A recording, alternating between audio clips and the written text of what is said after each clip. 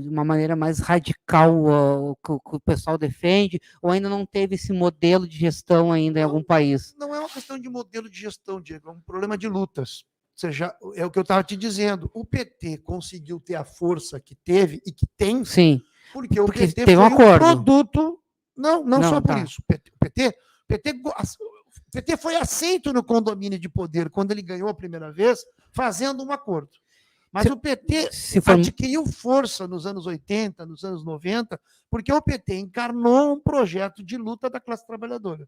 Veja só o que a classe trabalhadora é capaz de produzir. Um partido que teve a força do PT. Eu acho que o PT abandonou muito do que era o seu projeto histórico, por isso que nós fizemos o PSOL, mas eu quero te chamar a atenção de que não é um problema de termos um projeto pronto e acabado. É preciso um partido político que busque encarnar, desenvolver, organizar lutas sociais, econômicas, políticas, democráticas, bandeiras do povo. Então, a luta por aumento de salário, a luta pelo emprego, combatendo o desemprego, a luta para que recursos públicos sejam entregues para a saúde, para a educação pública, a luta contra o racismo, a luta contra a LGBTfobia, ou seja, bandeiras democráticas que são bandeiras que precisam ser defendidas. E nós tivemos, todas as décadas, ou seja, todo o século XX, ele foi um século de conflitos e de lutas. Então, qual é o modelo? Não, o que eu quero te chamar a atenção é que, se não tivesse partidos, organizações, sindicatos, movimentos que defendessem determinados interesses, especificamente falando interesses da classe trabalhadora, da juventude, do movimento negro, do movimento de mulheres, esses movimentos, esses setores estariam totalmente esmagados. Eles estão sendo muito atacados, mas eles resistem, eles se organizam, eles lutam, eles conquistam. E é isso que eu acho que precisa ter. Nós precisamos ter projetos políticos que sejam de luta. E o pessoal, nesse sentido, é herdeiro de lutas que vêm de muito tempo. E lutas, muitas delas que foram vitoriosas. Lembro bem, lutas históricas, nós podíamos falar de lutas históricas, que saiu luta dos direitos das mulheres, como se avançou, como luta dos direitos dos negros, enfim, é todo um. Então, não é um modelo, é uma história que está em curso e da qual nós também somos herdeiros. Entendi. Se eu não me engano, nos últimos anos de governo Figueiredo, ele teve um pessoal que dizia assim, o partido do novo, o partido PT e tal, e dizer que o povo brasileiro não estava pronto ainda para um partido desses. E o Lula, ele vai para a primeira eleição, ele perde, aí ele vai para o colo, perde, e ele começa a aprender com as derrotas, né, e entender que tem um outro sistema também que deveria compensar para colocar suas ideias, Ele né? aceitou um determinado lugar, esse lugar que Ah, ele aceitou. troca comigo aqui, deixa eu só trocar as canetas, troca comigo as canetas aqui, que são todos pintados. Estamos no ar, Pode estamos seguir, no estamos ar no com a ar, troca estamos no de ar, caneta. estamos no Não, ar. queria saber se a gente estava no ar com a troca de Não, caneta. aqui a gente troca a caneta assim, jogando um no outro. Não se jogando, não se jogando no É. outro, para ver. Pode seguir. Não, mas o Lula é um líder político enorme, né? E ele foi escolhendo o lugar dele na história e na política nacional. Eu acho que é preciso ter um lugar de uma esquerda que seja intransigente na defesa dos interesses dos trabalhadores, da juventude, das bandeiras, que, portanto, afirme a necessidade, sobretudo, da luta social, da mobilização, da ação direta, no sentido da organização popular, e não simplesmente a gestão do Estado. Ou seja, disputar a gestão do Estado é importante, mas tu não pode abrir mão, na medida em que tu faz a disputa pela gestão do Estado, tu não pode abrir mão de bandeiras que são bandeiras de princípio. Se tu abre mão dessas bandeiras, bem, é uma escolha que tu faz. Eu não faço essa escolha. Eu não faço escolha. Eu quero que a classe trabalhadora tenha força suficiente para que essas bandeiras que são caras sejam empunhadas e ganhem força, para que a gente tenha mais conquistas, e não conquistas que sejam, digamos, as conquistas que a classe dominante, a grande elite econômica e financeira que domine o Brasil, aceite, ou seja, conceda num dado momento. Essas conquistas que a classe dominante aceita num dado momento, aceita conceder, se ela aceita conceder, é essa mesma classe dominante que tira. E nós vimos isso nas próprias experiências dos governos do PT. Os governos do PT conseguiram algumas conquistas, conquistas essas muito mediadas por negociações com as classes dominantes, e essas mesmas classes dominantes, logo depois, tiraram o PT do governo e liquidaram as conquistas que o PT havia obtido. Então, eu acho que nós precisamos conquistar mesmo, arrancar, não simplesmente, a partir de uma colaboração, receber de uma classe dominante que tem, infelizmente, mostrado que não dá importância para o povo brasileiro. Nós temos uma elite, nós somos o país talvez mais desigual do mundo. Nós somos o país que tem 6 famílias, que detém a riqueza de 100 milhões de pessoas. 6 famílias, não é 60 mil, não é 6 mil, é 6 famílias. Esses são dados, apareceu na campanha eleitoral, apareceu em estudos de institutos. Está na Forbes, né? 6 famílias que detêm a riqueza de 100 milhões. Um país desse não pode dar certo. Agora vamos lá. Se não tirar a riqueza desses 6 aí, dessas 6 famílias, não pode dar certo. Mas eu acho que também eles não geram renda, não geram... 6 famílias gerar renda. Mas no governo da esquerda teve muita formação de novos milionários, né? No governo do PT teve, né? Mas o Lula definiu que o seu governo era bom porque os muito pobres estavam ganhando um pouco e os muito ricos estavam ganhando também. Bem, esse mundo isso não existe. Ou seja, quando tem crise, eu vi uma palestra do Álvaro Lineira, que foi o vice-presidente da Bolívia, junto com o Evo Morales. Ele deu uma palestra na Argentina que ele definiu o seguinte: quando existe crise, e eu acho que a gente vive numa situação de crise, tu tem que escolher ajustar nos ricos ou ajustar nos pobres. Não tem saída. Eu acho que tem que ajustar nos ricos.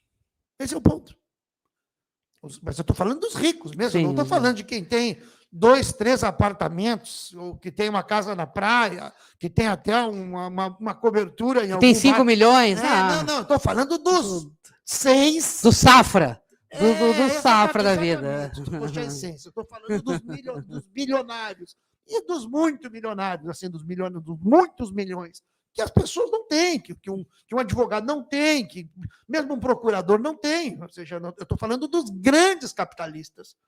E nós, como é que a gente vai gerar renda? Nós vamos gerar renda se nós tivermos reforma agrária, por exemplo. Se nós garantirmos que haja terra para quem quer trabalhar, nós vamos gerar renda, porque os dados, ninguém desmentiu os dados. A pequena agricultura familiar no Brasil é responsável por 70% dos alimentos que são consumidos nas cidades. E o agronegócio, que são os grandes donos de terra, e que ainda são uma parte deles os que desmatam a Amazônia, os que liquidam indígenas, esses só produzem para exportar. Eles alimentam países comunistas como a China. Eles exportam para lá, eles querem receber em dólar. E na Rússia também. Esses comunistas que pagam tudo nossas contas. A China não é comunista, mas é interessante, né? Porque o Partido Comunista é o que dirige a China, e a China só se explica o potencial que ela é porque ela teve revolução comunista, ela teve restauração capitalista, ela teve um processo de transformação.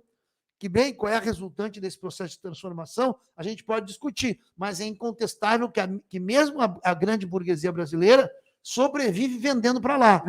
E os chineses estão comprando muitas coisas da América Latina, por sinal, a nossa luz. Somente essas luzes, né? Eu não quero que os chineses comprem a nossa luz, eu quero, por exemplo, que a gente não tenha aqui uma CE dominada por capital nem norte-americano, nem chinês. Eu quero capital nacional. Ele é meio brisolista, assim, tô sentindo meio... A minha família é de São Borja, né? Então, ali no início ali. Um bom lugar de combate. As manifestações ali, estamos completando 10 anos, elas surgiram aqui, as ideias também das manifestações, tomaram o Brasil todo e tomaram o mundo, né? Eu estava vendo um documentário esse final de semana, chamado 30 Segundos, onde o Johnny Walker tinha feito a propaganda, o gigante acordou, e eles dominaram aquela propaganda e saiu para o mundo das manifestações. Surgiu aqui, Porto Alegre, né? Do mundo, né? Eu acho que, na verdade, o Porto Alegre, as manifestações no Brasil foram influenciadas por um processo de mobilizações que começou... Em 2013 era o governo Dilma ainda, né? Era o governo Dilma. Começou como resposta à crise do capitalismo de 2008. Então, nós tivemos... A bolha imobiliária americana. Exatamente. Nós tivemos muitas mobilizações na Grécia.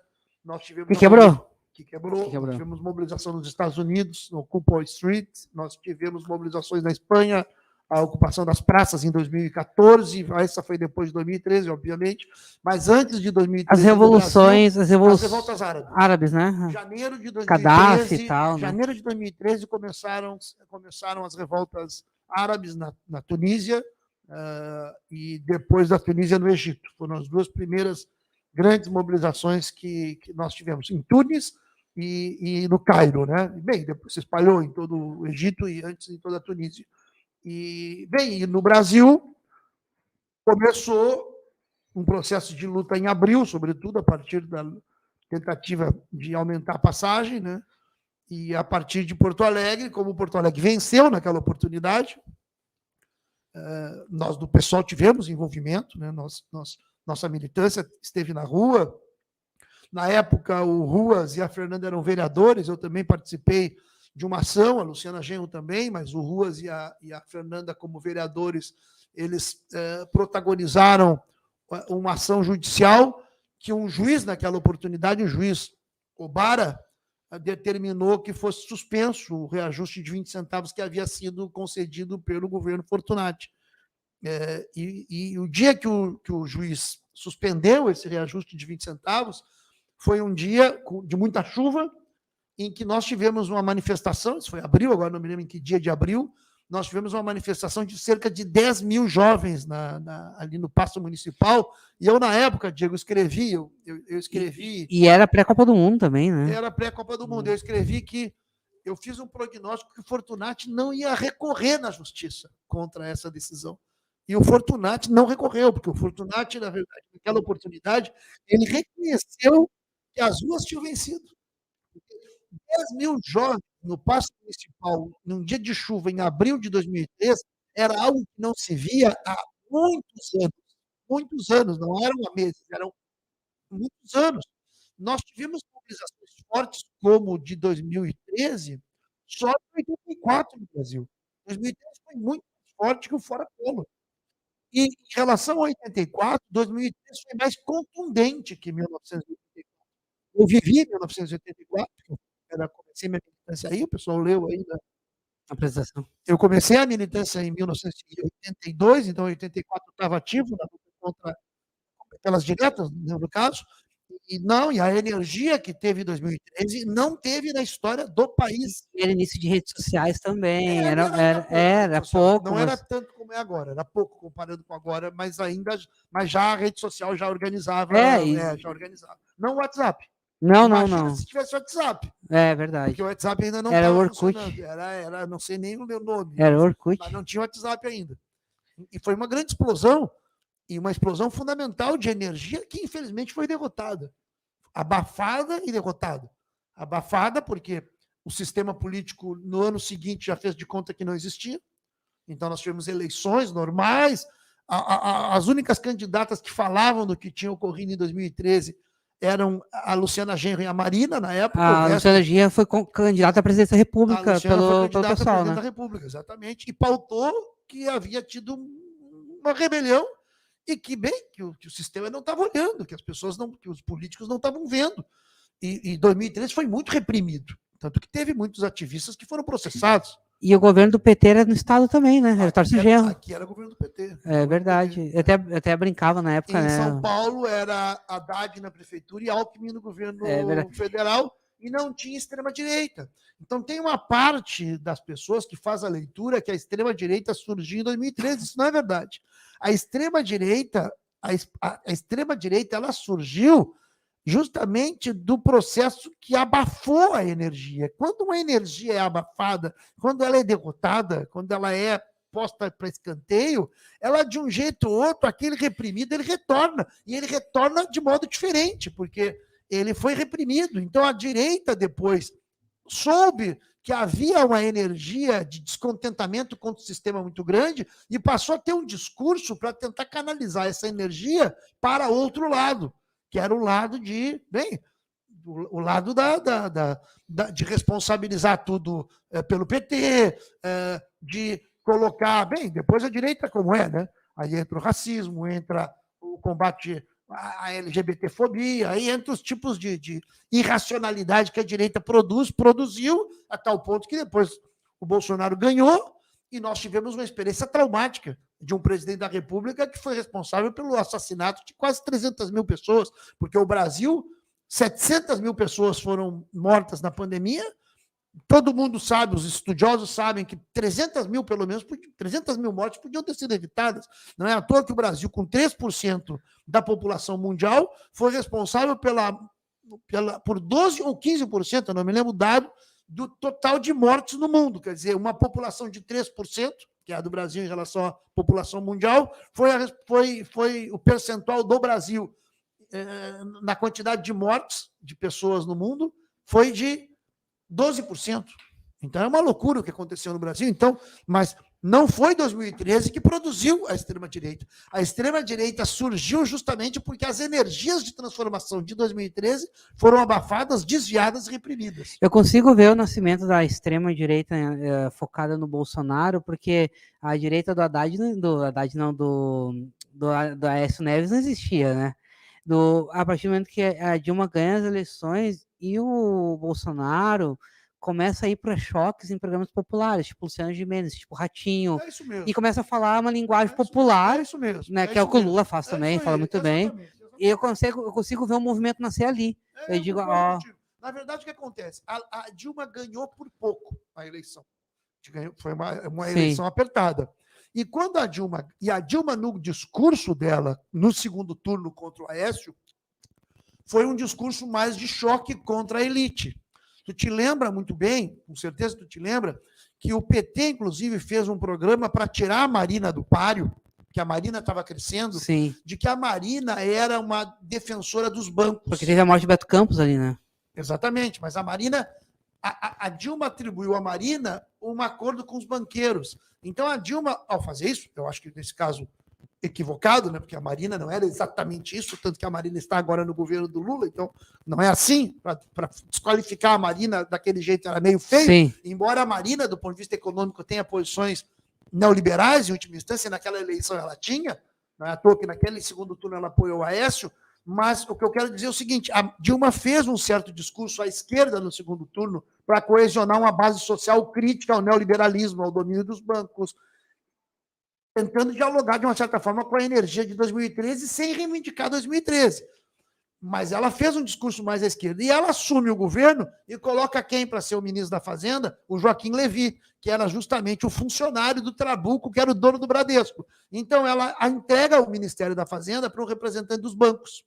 Bem, como é que eles fazem a partir daí? Começam a aplicar um ajuste econômico. E aí o que eu te dizia antes, quando tem crise, tem que escolher. Tu vai ajustar os ricos ou vai ajustar os pobres? E a Dilma começou a ajustar os pobres. Então, a base social que tinha de apoio à Dilma se deteriorou na mesma hora. Foi que nem paçoca, se derreteu toda. Exatamente. E aí, em 2015, o que nós vimos a partir de março? Mobilizações contra a Dilma, organizadas pela classe média alta, mas com apoio popular. E sim, o Bolsonaro surfou aí. Exatamente. Rafa, posso seguir ou tem intervalo? Não, pode seguir mais uns 5 minutos, aí a gente vai para o intervalo. Então eu já vou começar com as perguntas boas agora. O papo tá bom, mas eu tenho que começar com as perguntas boas, né? Vai. Roberto Robaina, PSOL, cara da esquerda, como que tu avalia a Prefeitura de Porto Alegre nesse momento? Olha, ele chegou a se mexer aqui. Tá ruim, né? Tá ruim? Por que tá ruim? Olha, vamos começar pela... Primeiro, lixo. Não é pelo mais importante. Vai ter 2 CPI? Eu acho que vai ter CPI. Mas não, primeiro o lixo. Tá, o lixo. Eles fizeram terceirização do lixo. Porto Limpo. Porto Limpo, não. Exatamente. Olha que lindo. Aqui a gente falou tudo, né? Tinha tragédia, 24 horas, né? Tragédia, tá?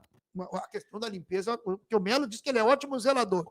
O lixo, assim, nível de absurdo. As ruas com lixo direto, nas ruas sem recolhimento. Empresas contratadas, terceirizadas, com denúncias de corrupção, de que elas são envolvidas de corrupção, já há algum tempo, desde o início do governo. Qual empresa? Belém Brasil. Belém Brasil, que é consórcio consórcio de ônibus, é isso? Não. Belém Brasil era que estava ligada à primeira gestão ali, que ela pegava a Ilha da Pintada. Uma empresa, lixo? Lixo. Tá. Lixo. Não, estou falando do lixo. Tá, são 2 empresas aqui por Porto Alegre. Perto lá da Fiesc. Tá. Da Fiergs. Da Fiergs, ali é Porto Limpo. Sim, não, ali era Belém Brasil. Tá. Mas tem a Porto Limpo lá. É que eles vão mudando, as terceirizadas vão mudando de nome. É que nem CNPJ. Deixando de pagar os direitos de trabalhadores, mudam de nome e às vezes o mesmo dono faz outra empresa. CNPJ é diferente, né? Exatamente, só muda o CNPJ. Só Aham. muda o CNPJ, fecha a empresa, abre outro CNPJ e a prefeitura contrata de novo. Não paga os funcionários às vezes, Não né? paga. Agora nós estamos acontecendo isso nas escolas municipais. Opa! As escolas municipais têm terceirizadas que alegam que não estão recebendo da prefeitura os recursos. Agora eu vou ter que dar o nome, né? Eu vou dar o nome até da escola que me chegou. Olha aí. Eu queria ir lá hoje, não fui. Eu gosto do Roberto porque é Não fui, assim, ó. infelizmente não fui, mas eu tenho que ir amanhã. Eu tenho que ir amanhã nessa escola, porque é um escândalo, tá? Aqui, ó. Rádio, o cara não pode se amarrar, né? Mas é uma escola importante, mas ela não é a única. E me chegaram várias denúncias do pessoal não ter a merenda escolar. A merenda. Esse é um problemão. Agora não estou achando o nome da escola, mas eu vou pegar o nome da escola. Mas manda para nós, Roberto, manda para nós. Vou mandar. Eu quero mostrar. Bem, então, Melo, lixo, educação, CPI, nós vamos falar sobre isso, né? Saúde também, terceirizadas. Nós tivemos um governo que demitiu centenas de pessoas do IMESF, do Instituto da Família, que funcionava, e agora nós estamos com uma situação na saúde catastrófica. Mas o IMESF não era uma questão de legislação? Não era nada, não vai atrás. Não, mas a gente fez esse debate sobre o IMESF nas eleições. Mas não era. O STF não mandou fechar o Não, IMESF? ao contrário, pelo amor de Deus, estou te falando. É incrível isso. O Supremo Tribunal Federal já decidiu que fundações privadas de direito público são legais e, portanto, o IMESF é legal. E o governo, ao invés de defender o IMESF, o governo Melo... Criado por Fortunati, né? IMESF. Criado pelo Fortunati, que era o prefeito... Que era do PDT, que era um pouquinho pezinho esquerda ali. Sim, o Melo foi o vice do Fortunati. Agora o Fortunati não vai apoiar o Melo, né? Na próxima eleição o Melo está de candidato. Aqui, ó, a escola. A escola é o seguinte, ó. IMEF Chapéu do Sol. Anota aí, lá no Lami, lá, perto da minha mãe. Lá. No loteamento Chapéu do Sol, no bairro Chapéu do Sol. Tá? Ali é o seguinte, gente, a situação é a seguinte, ó. A direção, o pessoal da escola lá, eles não têm, hoje à noite ali, não vai ter nem a alimentação deles, entendeu? Porque a terceirizada, a empresa dos funcionários terceirizados da cozinha, não pagou o mês de maio dos funcionários. Ah, não, é aqui, ó. Estamos em junho. A empresa dos funcionários terceirizados da cozinha não pagou o mês de maio dos funcionários, decretou falência e vai demiti-los. Opa, anota bem sobre a secretária Soninha. Exatamente. Que não veio hoje, inclusive. Convidamos, já não veio. Não veio. E aí é o seguinte, ó. A comida escolar, a comunidade escolar só tem acesso ao alimento de sal, a comida no almoço da escola. Não? Então, e vai ficar sem isso. Essa é a loucura. 3 refeições, né? Café da manhã, almoço e janta, né? Ó, na entrada do turno da tarde foi oferecido uma maçã e o lanche foi mingau de aveia. Olha, na escola do turno da tarde foi oferecido uma maçã e o lanche foi mingau de aveia. Pode isso? Então está me perguntando como é que está o governo Melo. Falei do lixo. Tá. Educação, terceirização. A terceirização é um esquema. Tem muito esquema de corrupção na terceirização. Vocês tinham que fazer, vocês que são muito competentes, fazer uma pesquisa da situação da FASC. Parabéns para a Rafaela, nossa diretora de jornalismo. Da FASC, Rafaela. Como é que está a situação da assistência social, a quantidade de esquemas de terceirização e de corrupção que teve, a tal ponto que nós tivemos no governo passado o diretor da FASC com ameaça de morte. Te lembra disso? Solimar? Pediu demissão. Eu lembro. Pediu demissão, dizendo que estava sendo ameaçado de morte. As terceirizações é um esquema que não dá para aceitar. Não dá no lixo, olha o resultado. Na educação, olha o resultado. Na saúde, desmontaram o IMESF para fazer terceirização na área da saúde. O serviço piorou muitíssimo. Nós estamos com as nossas emergências tudo lotado. Por quê? Porque não tem atenção básica. E a atenção básica, nós tínhamos condições de ter uma boa atenção básica. O IMESF tinha um bom funcionamento, podia melhorar, ao invés de melhorarem. O IMESF, eles fizeram, no período da pandemia, uma verdadeira destruição da atenção básica, com demissão de agentes de saúde, com demissões de odontólogos, com a demissão de enfermeiros, de gente qualificada. para que depois, bem, quem é que contratou boa parte dessas pessoas? As empresas terceirizadas e hospitais privados. Eu acho que esse modelo de privatização da saúde, de terceirização da saúde, é inaceitável na educação também, no lixo também. E acho que, bem, agora nós temos esse elemento aí que tu está perguntando, eu acho que é o tema, digamos, né, que a secretária teria que vir, o prefeito teria que vir. O prefeito teve aqui prefeito não semana se antes, teve aqui uma semana antes, né, Rafa, de dar o problema da saúde, da educação, né? Né? Vocês noticiaram o que foi o problema? Vocês Sim, estão sim, noticiando todo dia. óbvio, sim. O tamanho do problema, o tamanho do escândalo. Mas, 100 milhões. Mas a secretária te convidou para vir falar, daí ela disse, mas quem sabe, eu disse, vai estar roubando. Pois é, então quem sabe num outro momento. Eu disse, então tá, né, secretária. Foi assim a coisa? Foi assim, né? É. E eu falo aqui roubando, não tem problema, viu? Pois Não deve pedra para ninguém aqui. Eu acho que eles não têm explicação, esse é o ponto. Eles insinuaram, na verdade, eles tentaram colocar, e talvez tentem ainda, colocar a responsabilidade nas costas das direções de escola, o que é um crime, que é uma vergonha, que é uma covardia. Porque tu viste a reportagem, né? Esse galpão aí, essa casa totalmente sem condicionamento, sem condições de receber material na Olavo Bilac, né, perto daqui, com 850 Conheço o Olavo notebooks. Bilac, tem uma amiga que mora ali no Olavo Bilac, ali, um pouquinho para frente, que é uma amiga minha há muito tempo. Não sei, aí o Diego já está falando das suas amizades. Mas o fato é que tinha ali 850 notebooks abandonados. E é um lugar da secretaria, do governo, não é de uma escola. Não é responsabilidade dos diretores de escola. 850 notebooks a um preço de quase R$2.000 cada notebook. Quanto que teve aí já de desperdício direto? Tem que chegar na ponta também isso aí, né? No aluno, no professor, né? É para isso que teria que ser, né? Mas o que é? Falta gestão? Não, eu acho que, eu não sei, para te falar a verdade, falta gestão, é óbvio que falta gestão, né? Que tem desperdício, é óbvio que tem desperdício. Nós estamos falando de, que sei eu, 515 mil livros comprados para uma rede de cerca de 40 mil alunos. Essa grana é do Fundeb? Uma pergunta. Não tem conhecimento. Eu acho que é do Fundeb. Pode ser do Fundeb. Mas... Que a maioria dos municípios devolve que não consegue gastar tudo, sabia, Roberto? Mas tudo bem. Mas se planejar, gasta bem, porque está faltando tecnologia nas escolas. É útil que as nossas escolas tenham notebook, é necessário que elas tenham livros. Não é o problema da falta de necessidade da tecnologia. Isso é necessário. O problema é que não chegou. Eles compraram 500 e tantos mil livros, 515 mil livros para uma rede de 40 mil. Quer dizer que teria que ser o quê? Pelo menos 10 mil, mais um pouco, 10 livros por aluno. 10 livros por aluno. Faça uma pergunta: quantos livros esses alunos receberam? Não receberam os livros, então por que foi comprado os livros? Então a dúvida é o seguinte: não é a dúvida que tem má gestão ou que tem desperdício, isso é óbvio. A dúvida é se não teve planejamento para desviar o dinheiro. Em condições péssimas também, né? Os Sim. livros e os equipamentos foram encontrados em condições com fezes de pombos, com várias coisas que podem danificar aquilo ali, né? Então todo o material que foi comprado basicamente poderia... Na verdade, vai acontecer isso, né? Mas tem escolas que nem internet tem, né, Rubano? Sim, vai acontecer isso, porque como é que eles vão pegar os 500 mil livros? Nós estamos na metade do ano, eles vão fazer o que com esses 500 mil livros? São 500 mil livros. Vocês fizerem a pesquisa, quantos alunos receberam esses livros? Os alunos não receberam esses livros. A pergunta é por que compraram?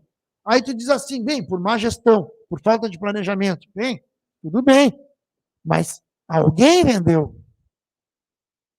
A pergunta é quem ganhou dinheiro nesse negócio? Quem vendeu, ganhou. Mas quem é que fez com que a prefeitura gastasse esse dinheiro? Você já não pensou nisso? O senhor é contra que eu não falando prefeito de Porto Alegre, estou falando qualquer município que tem o processo licitatório normal e tem adesão de ata, né? Que eu acho que é aí que começam os problemas, né? O senhor é a favor ou contra esse tipo de adesão? Eu acho que o problema todo não está tanto na legalidade formal. Na lisura. Não, na legalidade formal. Porque tu pode fazer uma legalidade formal, tu pode ser tudo legal, mas por que contrata? Por que compra se não tem necessidade? Compra porque tu pode pagar e depois se paga. E quem recebeu Ou seja, as denúncias que tem é que são superfaturados muito desses materiais. Então, por que tu vai comprar um material superfaturado? Se é verdade que o material é superfaturado, alguém ganhou além do que o mercado permite ganhar. E se alguém ganhou além do mercado, bem, esse alguém que ganhou não pode dividir o que ganhou com quem comprou sem precisar comprar? Essa é a pergunta que fica. Ou então vai ser só incompetência. Pode ser, não estou descartando que seja só incompetência. Mas, acompanhando a política do jeito que é, infelizmente, eu fico na dúvida se é só incompetência. Teve uma vez, Rovana, que aconteceu o seguinte aqui no governo do estado, a Secretaria de Segurança Penal soltou um preso errado. E sabe, eu botei lá na capa, você lembra assim, Rafael? Botei na capa da reportagem assim, atrapalhadas, Estado libera preso errado. Aí quando veio, ele ligou o secretário, Ô, como é que tu bota uma chamada dessa? Eu falei, bom, assim, ou é atrapalhada, ou o cara recebeu para largar o cara. Claro. Né? Mas põe atrapalhada nisso. Daí eu assim, ou foi quase um elogio para ele, ou foi uma atrapalhada, ou foi corrupção. É mais ou menos Qual isso que que tu eu quer? É complicado mesmo, te ligou o telefone. É o que eu penso. É que a maneira que tu expõe o problema também, né, Roberto, como está acontecendo agora, é um escândalo na educação, porque, como eu não canso de dizer que eu sou de comunidade, eu sei que às vezes falta livro, mas nunca faltou comida. No tempo que eu era, que eu estudei CIEP e tal, nunca faltou. Isso aí é uma pergunta que eu tenho que fazer. Tu estudou em escola municipal? Sim, estadual também. Uhum. Tá. Em escola municipal, o lanche sem maçã não é normal. Não, porque tem que ter a proteína. Porque como é comunidade, é bairro, a proteína ela é essencial. Para muitas crianças é a principal refeição. Porque eu estudei em escola estadual e às vezes era uma fruta, alguma coisa assim. Não, estão falando de crianças. Nós estamos falando de criança, né? Porque normalmente o colégio, o ensino médio é no estadual, né? Não, mas além do mais é o seguinte, pela lógica, né? Se tu não tem para alimentar. Eu sou a favor de tecnologia. Sim. Óbvio. Mas antes de ter o notebook, tem que ter a refeição. É elementar isso, né? Sim. O que nós estamos vendo tem notebook que não é entregue para a criança e não tem refeição. É um escândalo duplo. Sim. Não tem a refeição, falta refeição em escolas, as refeições são muito aquém da necessidade de nutrientes, né? E tem notebook, se compra notebook, mas tudo bem, tá, que maravilha, vem, já que a tecnologia vai resolver o problema da fome, mas nem a tecnologia tem, porque não foi entregue.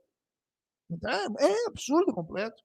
É absurdo. Então, tu me pergunta o que eu acho da prefeitura, eu acho um desastre a prefeitura. Mas a Orla tá tri. Hã? A Orla tá... Pois é, porque o Melo faz toda uma política o Melo tem um componente de populismo, né? Tem. Mas ele fez uma aliança com a extrema-direita, né? Então, fez uma aliança. Fez uma aliança com o bolsonarismo também. Né? Então, é uma mistura de centrão e bolsonarismo, né? E o que surpreende é que o prefeito ele sempre foi um cara mais popular, né? Sempre foi um cara. Tu foste colega dele na Câmara, né? Não, eu não fui, mas eu conheço o Melo, sim. Eu admito que o Melo tenha mas uma coisa é a história, ele reivindicou Che Guevara, mas o Melo é um político desse tipo, do MDB, né? Então, é um político que sempre buscou ser um representante dos interesses da classe dominante. Eu não considero que o Melo tenha sido um político a favor dos interesses mais históricos, imediatos da classe trabalhadora. E o nosso vice, Ricardo Gomes? Como classifica ele? É um neoliberal, né? É um neoliberal. Porque quando na última eleição a gente fez o debate dos vices aqui, não, eles queriam fazer dos prefeitos. Eu disse, não, gente, vamos fazer dos vices, porque o vice do Rio do Melo é do MBL e o vice da Manoela é do PT. Vamos fazer que esse debate vai ser mais interessante. E foi, Rafa. Olha que saiu de faísca naquele debate, foi muito bom. Então... O vice da Manoela, o Rosseto? Era o Rosseto, Era o Rosseto que era do PT, né? E vocês fizeram uma união em torno da Manoela naquele momento ali também, né? No segundo turno, né? Matheus Gomes também, né? Então, Robano, qual vai ser a ideia do campo da esquerda para 2024? Olha, eu defendo que haja unidade democrática com cunho, com corte popular. Acho que não é simples construir isso, mas nós estamos muito decididos, né? Tenho conversado muito isso com o Ruas, com a Luciana Genro, com a Fernanda, e também, eu sei que o Matheus, Karen, todo mundo dos nossos dirigentes, nossas lideranças públicas estão preocupados em, de fato, nós construirmos uma unidade para derrotar o bolsonarismo aqui na cidade de Porto Alegre, e o Melo representa isso. Mas tu acha Tem que ter essa unidade. Tem que ter unidade. Tu fala de derrotar eu sugerir, eu digo que o Olívio seja o candidato. Olívio Dutra. Mas será que o Olívio ainda tem pulmão para correr esses 100 metros aí? O Olívio foi candidato ao Senado. Foi derrotado. E eu fui o Sim, então é o suplente dele, né? Que era o mandato coletivo, que até hoje eu não entendi, tá? Mas tá tudo bem. Mas já não ganhamos. Tu ia entender se nós tivéssemos ganho. Infelizmente não ganhamos. Ganhou o Mourão e nós precisamos de uma revanche. Né? Porque o Olívio ganhou em Porto Alegre. E o Lula ganhou aqui também, né? O Lula ganhou, o Olívio ganhou de modo muito claro. E aí tu me fala se ele tem pulmão, e ia te dizer por que eu estava falando disso da campanha. Porque o Olívio, ele andava de bicicleta lá da Assis Brasil até a Redenção. Então, o sujeito para andar de bicicleta da Assis Brasil até a Redenção tem que ter pulmão. E lembre-se de uma coisa, o Biden, presidente dos Estados Unidos, tem 80 anos e o ano que vem ele vai disputar a reeleição nos Estados Unidos. Bem, o Olívio tem 82, eu acho que... Porque qual é o ponto? É óbvio que a gente tem que achar um nome com capacidade de unir e com simbolismo para unir. Um consenso, né? Tem que ter um programa. Eu acho que o Olívio é um nome de consenso. Nós temos o Ruas, nós temos a Fernanda, nós temos a Luciana, nós temos vários quadros. O pessoal, o Ruas, por exemplo, para garantir o consenso, seria ótimo, porque o Ruas abriu mão da candidatura de governador para apoiar o Edgar, foi vice do Edgar. Nós abrimos mão para apoiar o PT na eleição passada aqui no Estado. Se fizesse um gesto e apoiasse o candidato nosso, seria muita alegria, seria muito honrado. Mas o PT tem vaidade. Mas eu não vou nem discutir as vaidades do PT. Tem vaidade. O PT tem seus direitos, né? O que eu acho nesse caso, e por isso eu falo do nome do Olívio, porque se o PT quer exercer uma posição majoritária, ele tem que ter um nome que seja capaz de agregar e de dar consenso. E eu cito o nome do Olívio porque esse nome dá, outros não. Quer dizer, o Olívio eu sei que dá, porque eu vejo a reação das pessoas. A única inconveniente que aparece quando se cita o nome do Olívio é esse do que tu fizeste, né? Mas tem pulmão. Ele anda de bicicleta. O histórico mundial do Trump e do Biden disputarem a maior potência mundial no ano que vem, e todos eles terem mais de 75 anos, eu acho que o Olívio pode... É muito louco. Eu era milico na época que o Olívio foi governador. Foi governador? O governador foi prefeito. Não, foi governador. Não, quando ele foi prefeito, eu estava chegando de São Borja e chegaram, era criança. Governador de 98 a 2002. 2002 eu servi, não, 2002. 98 a 2002. Tá, mas ele concorreu a reeleição, 2006 ele concorreu, né? Não, ele foi candidato em 94 e perdeu para o Brito. Então, o Brito foi de 94 a 98, ele foi candidato de novo em 98, com o Rosseto de vice, e ele ganhou e ficou de 98 a 2002. Aí o Tarso foi candidato pelo PT em 2012 e perdeu, e o Lula ganhou nacional. Então o PT perdeu o Estado, ganhou nacional.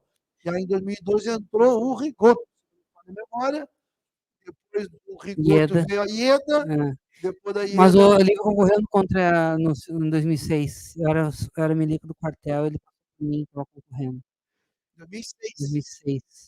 2006 é governador. Ele concorreu e perdeu, né? Perdeu para a Ieda. Eu estava... governador em 2006. Eu lembro, era muito claro a imagem, ele passou, eu estava ali na... em 2010. Eu estava ali no... ali, ele passou por nós. Sim, não, é muito louco, porque o Olívio é um cara que ele não gosta dele, né? Não tem, por mais que o cara seja de direita, o cara gosta do Olívio, da pessoa Olívio, né?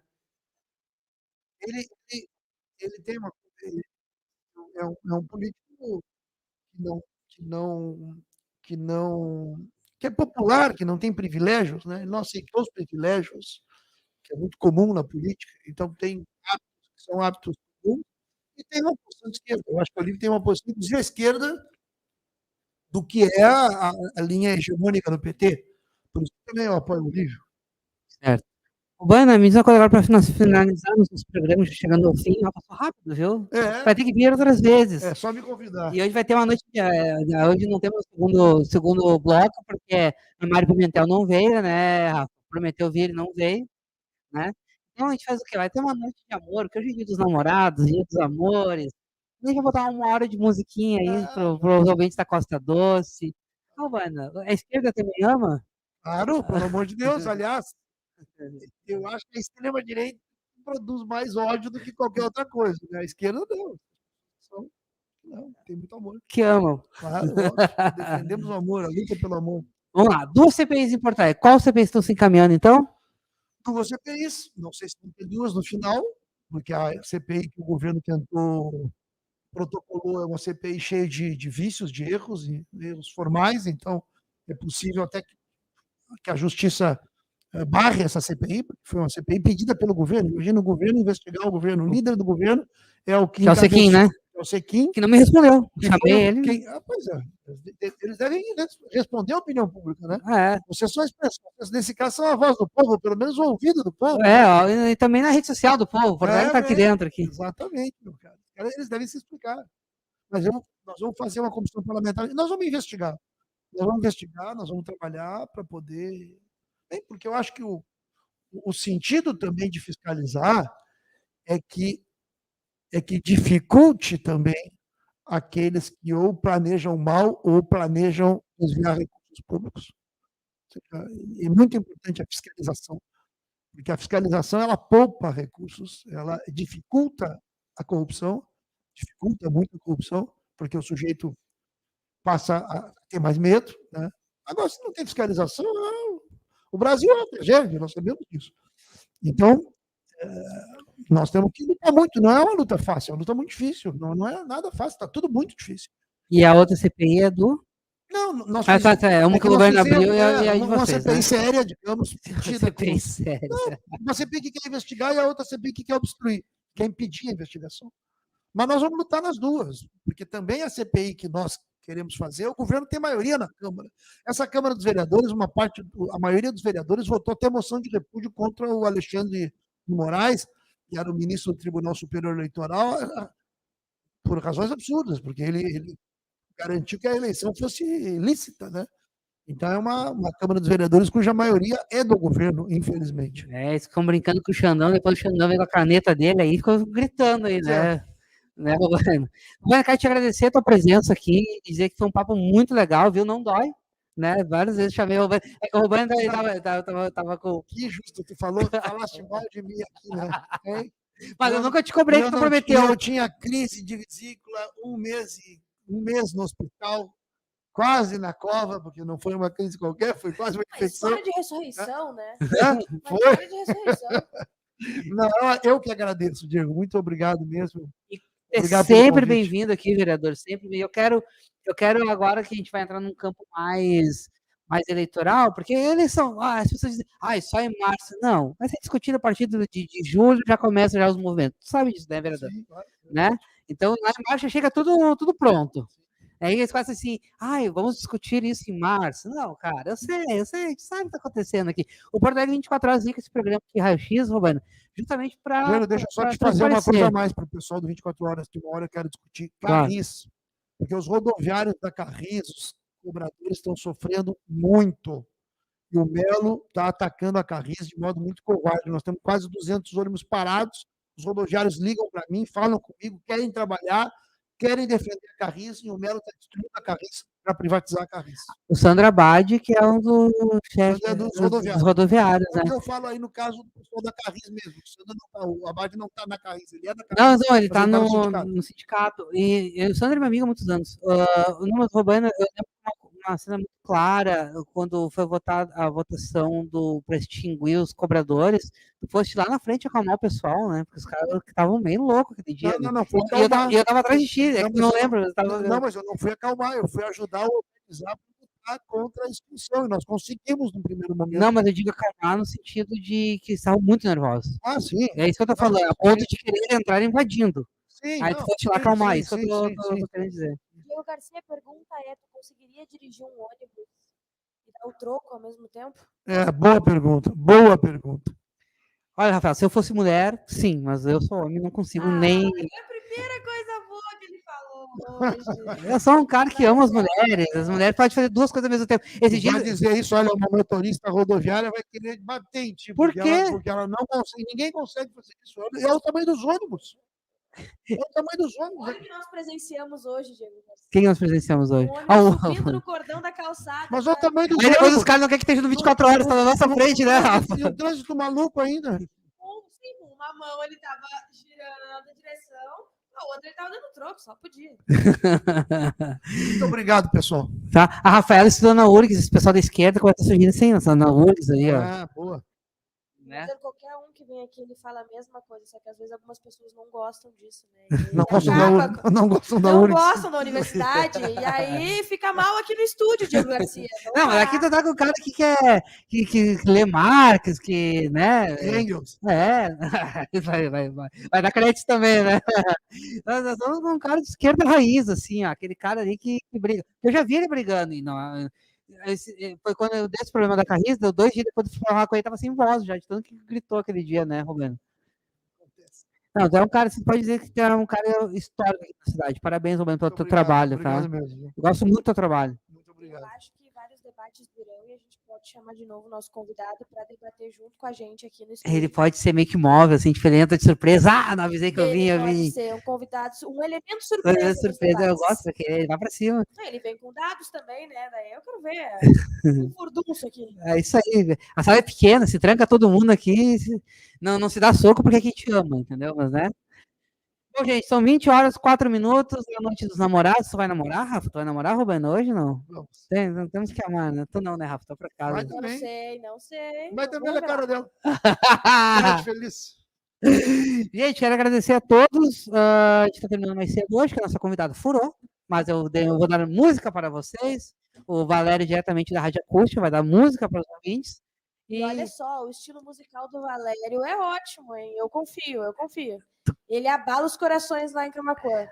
Então, você que vai passar a noite sozinho, manda um recado pro Valério lá e ele vai juntar os recados e vai formar casais, né, Rafa? Eu acho que seria o ideal para a noite de hoje. Tinder da Acústica FM, pessoal. Podem mandar aí que o Valério vai mandando. Então tá, gente. Até semana que vem. Valeu!